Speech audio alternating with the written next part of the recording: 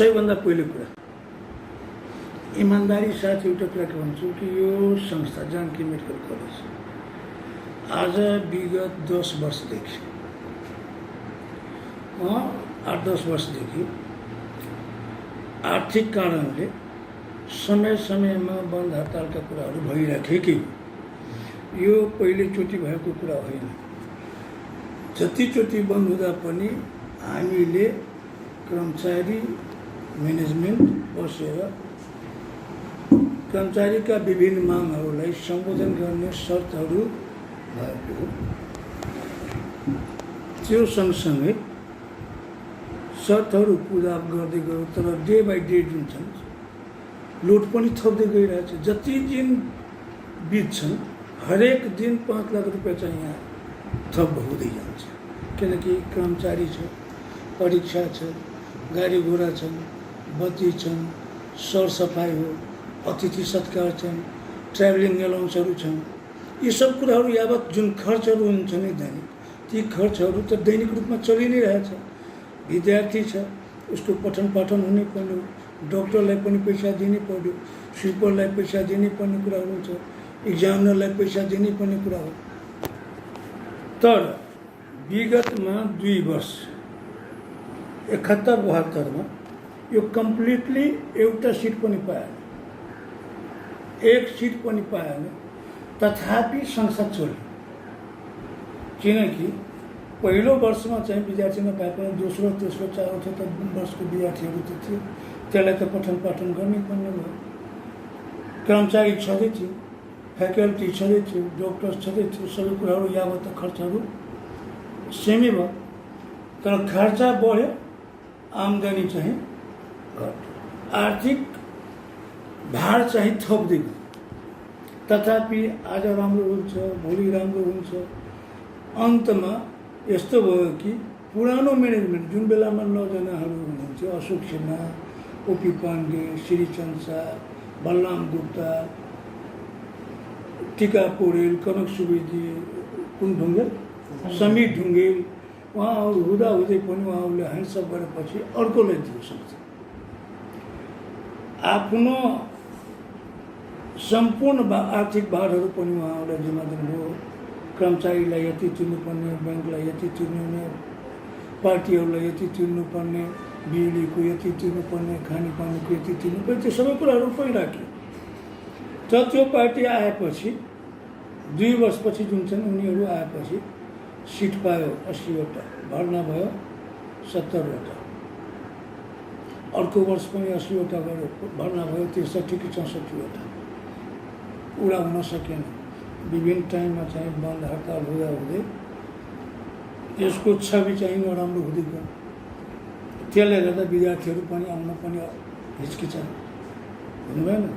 अवस्था यसको खस्दै गयो। त्यसपश्चात उनीहरू पनि चलाउन सकेन।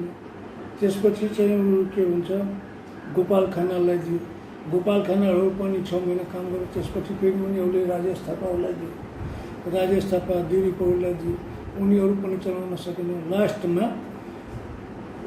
ओपी पाण्डे फेरि आयो।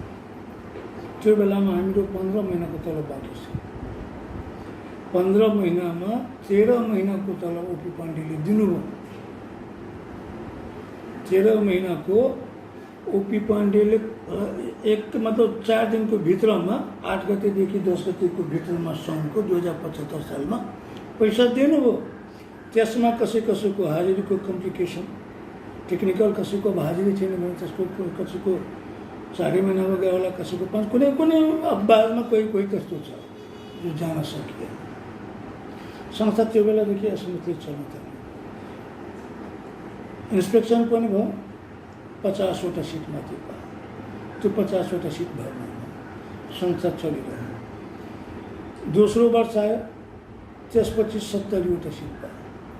त्यो पनि भर्ना भयो, होइन, भर्ना भएर चलिरहेछ। कर्मचारीलाई त्यो बेलामा हाम्रो ओपी पाण्डेले एउटा कुरा के भन्नुभयो कि 2 महिनाको तलब उहाँको आफ्नो जो कि हामी 2 महिनाको दिन सक्दैनौँ, त्यति कम्तीमा हामीलाई माफ गर्नुहोस्, होइन। तर त्यो कर्मचारीले यो पनि भनेन कि हामी माफ गरिदिन्छौँ। तर यो कुरा भन्यो कि हामी सबै कर्मचारीलाई बाँच्न राखेर यो कुरा राख्छौँ भन्नु भएन। माफ गरिदियो भने माफ, छैन भने के हुन्छ त्यो हिसाबले म्यान्डेटको हिसाबले हुन्छ भन्नुभयो। अनि 4 वर्ष 5 वर्षको के भन्छ हाम्रो दसैँमा दसैँ एलाउन्सहरू दिन्छ नि, सञ्चयको छैन। पहिले सुन्नु न, म दसैँ खर्चको कुरा गर्दैछु, त्यो पनि तब जुन संस्था उहाँको इच्छा छ, जो जुन संस्था घाटामा चलिरहेछ कहाँबाट दसैँ खर्च पाउने।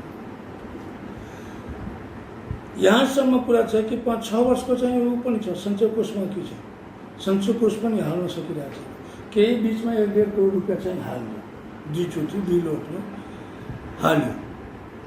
तर हाल्दा पनि जति हाल्यो त्यति त फेरि यो समय बित्दै गयो, फेरि थप गयो। यो कुरा हो। अब अवस्था के भइदियो कि अहिले आएर चैतदेखि त अब लकडाउन भयो, लकडाउन भयो कोरोना कालले। त्यसले कुनै त्यसको असर मात्र जानकी मेडिकल कलेजलाई होइन, पुरै विश्वलाई नै परेको। यसमा जानकी मेडिकल अझ गरिन्थ्यो, त्यसलाई झन् बढी प्रभावित भइदियो। यसको आम्दानीको स्रोत भनेको, मुख्य स्रोत भनेको विद्यार्थीको पठन पाठन हुन सकेन, उसको इक्जाम हुन सकेन टाइमली, ताकि त्यो बेलामा चाहिँ पैसा आउन सकिन्थ्यो। अहिले आएर यो असोजको अहिले इक्जाम चल्दैछ, इक्जाम अहिले सञ्चालन भएको छ, केही पैसा आउँदैछ, जसले गर्दा अहिले फेरि 3 महिनाको तलब गएको। भदौ 19 गते, कार्तिकको यो असोजको चाहिँ 3 गते र यो बिचमा 18-19 गतेतिर पनि त्यति तलब गएको। हाम्रो आशा छ कि तलब चाहिँ फेरि जान्छ। हाम्रो सङ्घर्ष समितिले केही आन्तरिक कुराहरूको लागि 15 गते एकाउन्टमा तल हाल्यो, 21 गते प्रशासनमा पनि तल हालिदियो। हस्पिटल चल्दै थियो, पठन पाठन भन्ने थिएन। 26 गते पठन पाठन अनलाइन यताउति सबै चाहिँ तर्चा मार्यो। मैले आफ्नो निवेदन श्रीमान जिल्ला प्रमुख जिल्लाधिकारीकोसँग राखेँ लिखित रूपमा। उहाँले एसपी साहेबलाई टोक लगाइदिनु, बसेर चाहिँ छलफल गरेर कुराहरू मिलाउने। त्यो कुराको लागि छलफल गरेर 31 गतेमा छलफल गरेर यो कुरालाई टुङ्ग्याएर 3 बुधे सहमति भयो। त्यो सहमति अनुसारले सबै कुराहरू चलिरहेको थियो। अब सवाल के आयो यहाँ, तपाईँले पनि सुन्नुभयो होला कि विगत 4-5 वर्षमा कतिचोटि कुनै डाक्टरलाई कुट्यो, ओपी पाण्डेसँग हातपात भयो, प्रशासनसँग बदतमिजी भयो, डक्टरसँग विद्यार्थीसँग अभद्र व्यवहार भयो, कहीँको ढोका फुट्यो, कहिले सिसा फुट्यो, कहिले के भयो। जुन कर्मचारीलाई यस ठाउँमा राखेको छ, यसको हक हित नसोचिकन, यसको हक हितलाई नसोचिकन सिधै तालचा मार्ने, कसैलाई गाली गरिदिने, कसैलाई के गर्ने, त्यसले गर्दा एउटा स्पष्टीकरण सोध्यो उमेश यादवले होइन, जसको एउटा सानोतिनो कुरा छ, नियमावली छ, कुनै ठाउँमा पनि यो कुराहरू हुन्छ। स्पष्टीकरण सुरु भने त्यसको जवाब दिनुपर्ने थियो, जवाब पनि दियो। त्यसको म्याद नआएको 3 दिनपछि फेरि अर्को स्पष्टीकरण सोध्यो, त्यसको पनि कुनै जवाब दिएन। त्यो सोधेको टाइम बितिसकेपछि एउटा जवाब आएको छ मसँग, जसको जवाब मसँग यहाँ छ। त्यो जुन सोधेको छ त्यसको जवाबसँग कुनै मेल नखाने खालको कुरा हो। तपाईँ लिनुहुन्छ भने म दिन सक्छु। तेस्रो पनि हामी पठाएको छौँ, चिठी पनि नबुझ्दैन। कुरा यही हो, त्यसको विरुद्धमा षड्यन्त्रमा उसले ओपिडी बन्द गरिदिएको छ। ओपिडीमा तल्चा मारेको छैन, इमर्जेन्सी बाहेक कुनै डक्टर या कसैले चाहिँ जाँच गर्न दिइरहेको छ, टिकट काट्न दिइरहेको छ। यही हो सार कुरा। नाम उमेश यादव है। किन तपाईँहरू यो धरनामा किन बस्नुभयो? हाम्रो विगतका सम्झौताहरू जुन भएको छ त्यो कार्यान्वयन गराउनलाई। के त्यो भएको छ सम्झौता? त्यो हामीसँग यहाँ डकुमेन्ट छ, त्यो तपाईँहरूलाई अहिले प्रोभाइड गर्छु। अनि के कारणले तपाईँहरूको त्यो माग पुरा हुँदैन? खै यो त म्यानेजमेन्टलाई थाहा होला। हामीसँग अब 2 चोटि सम्झौता र 2 चोटि स्वतः स्फूर्त रूपमा आफै उहाँले प्रतिबद्धता गर्नुभएको छ। अब खै अब के कति कारणले होला अब त उहाँहरूको हाम्रो अब समयमा माग पुरा नभएपछि हाम्रो त अब यस्तै हो, विरोधको कार्यक्रमहरू हामी गर्न बाध्य हुन्छौँ। कति दिनदेखि आन्दोलनरत हुनुहुन्छ? हामी यो 12 गतेदेखि धरनामा बसेको छौँ। सुरुमा हामी यो कोरोना भाइरसको जुन महामारी थियो, जुन एक्सट्रिममा थियो, त्यति बेला नै हामी 6 बुन्दे माग दिएका थियौँ म्यानेजमेन्टलाई पूर्व जानकारी गराएर। अनि त्यो कोरोना भाइरसको कोभिड-19 को लागि केही त्यसमा उद्देश्य कर्मचारीहरूलाई अब राम्रो हुनुपर्छ, काम गर्ने जोखिम हुनेलाई अब त्यसलाई अब के गर्ने, कसरी म्यानेज गर्ने, या क्वारेन्टाइनको कसरी व्यवस्थापन गर्ने, त्यसलाई जोखिम भत्ता, जीवन बिमाका कुराहरू हामी भनेका थियौँ। त्यो पनि व्यवस्था गर्नुभयो उहाँहरूले। अब अहिले आएर हामीले अब यस्तै अब जुन कुराहरू सहमति भएको थियो र मेन कुरा हाम्रो यहाँ एकाउन्टको हर हिसाब पारदर्शिता गर्नुपर्ने कुरा थियो, जुन हाम्रो 26 गतेदेखि उता ठप पारे थियौँ हामी प्रशासन तिर एकाउन्ट शाखा अनि यता यो प्रशासन कार्यालयहरू, प्रशासनिक कार्यालयहरू हामी ठप पारेका थियौँ। अब त्यो के भयो भन्दाखेरि अब जिल्लामा उहाँहरूले निवेदन दिएर एउटा सहमति गराउनु भएको थियो, 3 बुन्दे सहमति। 3 बुन्दे सहमतिमा के थियो तपाईको कि यो हर हिसाब पारदर्शिता गर्ने र जुन दुवैतिरको लेखापाल राखेर हर हिसाब गराउने भन्ने एउटा हामीहरू उताबाट एउटा हामी बाहिरको कन्सल्टेन्सीबाट, अडिट कन्सल्टेन्सी हुन्छ नि, त्यो कन्सल्टेन्टबाट हामी एकजना हायर गर्ने कुरा सबै म्याग्नुट र त्यसको आर्थिक खर्च सम्पूर्ण कर्मचारी बेहोर्ने भन्ने कुरा एउटा म्याग्नुट भइरहेको थियो। र जुन जिल्ला प्रहरी कार्यालयमा जुन सम्मति गर्नुभएको थियो त्यसको एउटा त्यो हर हिसाब थियो, सेकेन्डमा थियो सबै बन्द खुलाउने, अनि तेस्रो थियो यही असोज 30 गते भित्र आई सम्पूर्ण समस्याहरू, जस्तो हाम्रो अहिले सञ्चय कोष 6 वर्षको सञ्चय कोष बाँकी छ, 7 महिनाको 5 महिनाको दसैँ खर्च, 5 वटा दसैँ खर्च र 2 वटा चैत वैशाख 75 को बाँकी छ, स्यालेरी बाँकी छ।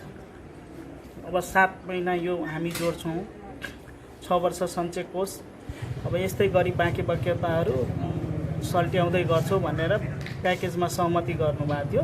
यो पिरियडमा हामी सञ्चय कोष हाल्छौँ, यो पिरियडमा हामी स्यालेरी हाल्छौँ भन्ने कुरा गर्नुभएको थियो। तर त्यसको जस्ट उसले विपरीतमा उहाँले के गर्नुभयो, त्यो कुरा कार्यान्वयन गर्नु भएन। अरू स्टाफहरूलाई थर्काउने, स्पष्टीकरण यताउता दिने कार्यहरू, एउटा त्रसित वातावरण हुन्छ नि, त्यस्तो भयावह वातावरणतिर लाग्नुभयो क्या म्यानेजर। अनि यो धेरै लामो समयदेखि धरनामा बस्दै आउनुहुन्छ, कति दिनसम्म यस्तै बस्नु?